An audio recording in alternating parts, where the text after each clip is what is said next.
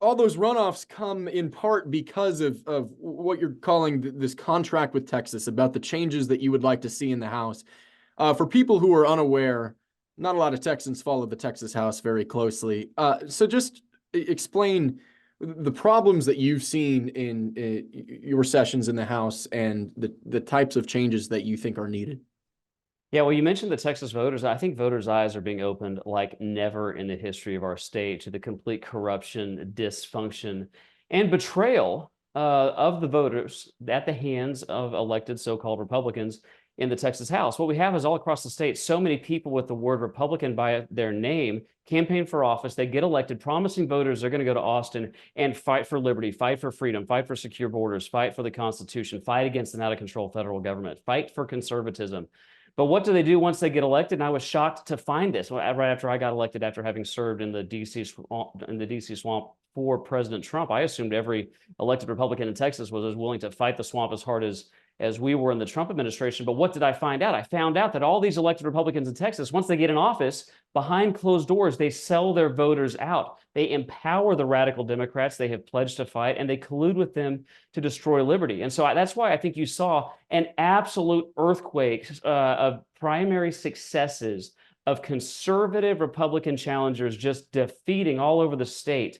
They're more liberal Republicans because voters are onto them now. They're seeing the selling out and the betrayals of them. They want their liberties protected. They want Texas to be more free and more prosperous. And what we're trying to do here with this contract and with this initiative right here is to put the voters back in charge, be responsive to the will of the voters that have elected Republicans to the governor's office, the lieutenant governor's office, huge majorities in the Senate, huge majorities in the House, and every statewide office in the state of Texas. We are trying to reform the House, and my goal is to make it Republican once again.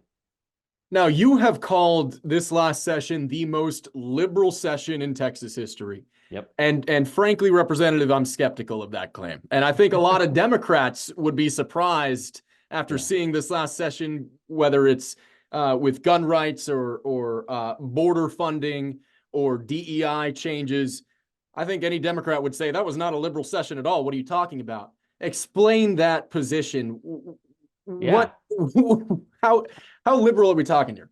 How much time you got? Extremely liberal. And I'm talking about in the Texas House. And I can't remember all the issues you said, but you started with gun rights and the Second Amendment. In the Texas House last session, we did absolutely nothing to protect gun rights. What did our failed liberal Republican speaker do? He paused activity on the floor of the House to go empower one of his committees to go and pass a bill that restricts the Second Amendment rights of Texas adults to buy rifles. That's what they did. You mentioned border security, and I'm so glad you did. The bold bills, House Bill 20, the Texas Title 42 Act, the Border Protection Unit Act, bills that would have secured the border were killed personally by Dade Phelan agreeing with Democrats because they simply had a ticky-tacky objection to the bill. Dade Phelan personally killed the border security bills. Let's talk about one of the biggest Republican Party priorities, school choice.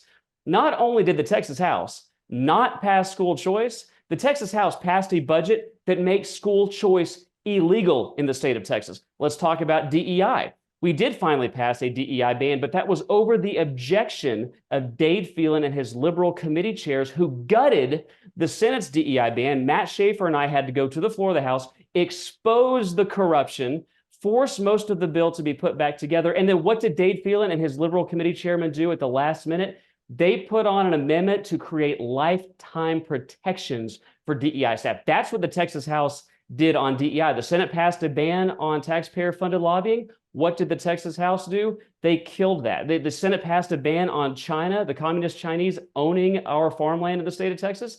The failed liberal leadership team in the Texas House killed that bill. They prioritized over 500 Democrat bills, but they refused to pass the 8 Republican Party of Texas priorities. And we passed the most bloated liberal budget ever in the history of the state of Texas, exploded government at a rate that would make DC Democrats blush.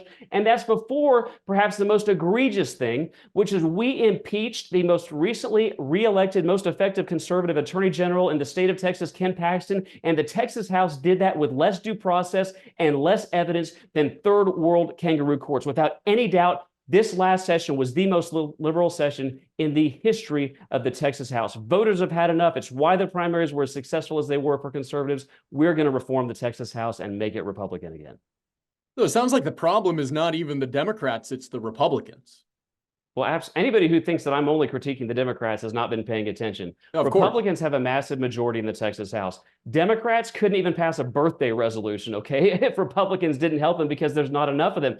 Every liberal, pro big government socialist bill that passed, and there were many, passed because of the failed so-called Republican leadership team of Dade Phelan and his liberal lieutenants. And every Republican priority that died, the Democrats aren't responsible for that. They try to blame the Democrats. That's a convenient foil. That's an excuse. When liberal bills pass and when conservative bills die, I want to be very clear. It is the responsibility of the people who are culpable are the failed liberal leadership team of Dade Phelan and the liberal Republicans that he has empowered.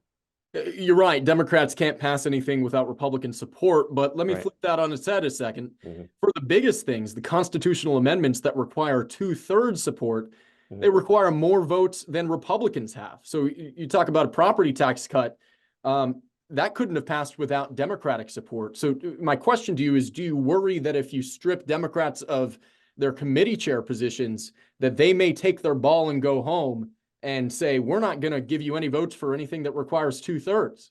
Well, do you mean like exactly like they did take their ball and go home in 2021 when they broke quorum to protect their ability to cheat in elections? When they did that, they controlled 40% of the House committees. So it's a completely laughably fallacious argument that if you just give Democrats powerful committee chairmanships, they'll stay and comply with us. That's ridiculous. They proved when they had more power than they even do right now that they can't be trusted to do the basics, which is election integrity. And let's talk about some of these Dade Phelan Democrat committee chairs. After the Senate passed a constitutional amendment to require that you be a U.S. citizen to vote, something that every Republican voter in Texas wants, 5 of Dade Phelan's Democrat committee chairs helped kill that bill in the Texas House. The idea that we have to put the Democrats in charge so that Republicans could govern is an affront. It's offensive to the Republican voters in the state of Texas because they know it's a lie.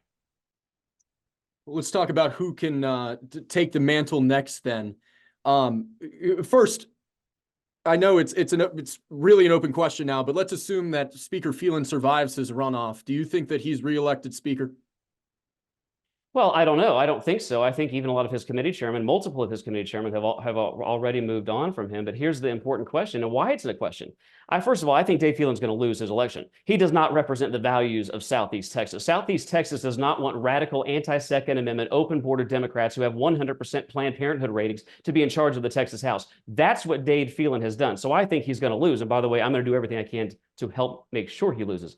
But if he wins, it's maybe a fair question. Look at all the liberal Republicans he has written massive checks to. The Speaker of the House has handed out millions of dollars purchasing support. And that's why it's one of the things that the coalition of over 20 current and future members is committed to doing is stopping that practice, not letting speakers dole out millions of dollars in political contributions so that they can buy votes for themselves to decentralize power and make the Texas House more representative and a more democratic body so that Texas voters can actually have representation again. Because look, who knows? He's cut some big checks to a lot of people. But I think this problem is going to be solved at the ballot box when the voters will do for the second time what they did for the first time last month, which is reject the failed liberal leadership of Dade Phelan.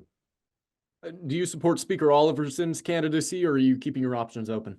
So listen, I am really grateful for some of the rhetoric that's coming out of Representative Oliverson right now. We're starting to hear this from a whole lot of people. And here's the thing. It's 8 months until we're even having caucus meetings on this. It's 9 months until we're voting on the floor. I think there's going to be a lot of people that jump into the race. I think there's going to be a lot of people who maybe haven't even thought about jumping in the race that end up jumping into the race for Speaker. And I'm far less concerned about a name right now than I am wholesale fundamental reform of the Texas House to make it a Republican body, but even more important than that, to make it a body that represents and is responsive to the voters of the state of Texas. Right now, the Texas House is a liberal den of Democratic dysfunction. Dade Phelan and his liberal leadership team have forfeited their opportunities to lead. The voters have spoken. They have spoken clearly. They want a new Texas House, somebody who has a bold agenda for liberty so that we can protect freedom, our borders, and the Constitution, and the next generation. That's what I'm committed to fighting for every day between now and next session. Have you considered jumping into the Speaker's race? Like I told you, there's a long way to go. I will tell you, people are asking me to do that, but as far as I'm concerned, I am focused on reforming the Texas House so that who the individual speaker is less important than it is today, which is right now, it's basically run like a dictatorship. We need to decentralize power and put power back in the hands of the voters of the great state of Texas, who we're all honored to serve. All right, Representative Harrison, I really appreciate your time. Great to be with you, Ryan.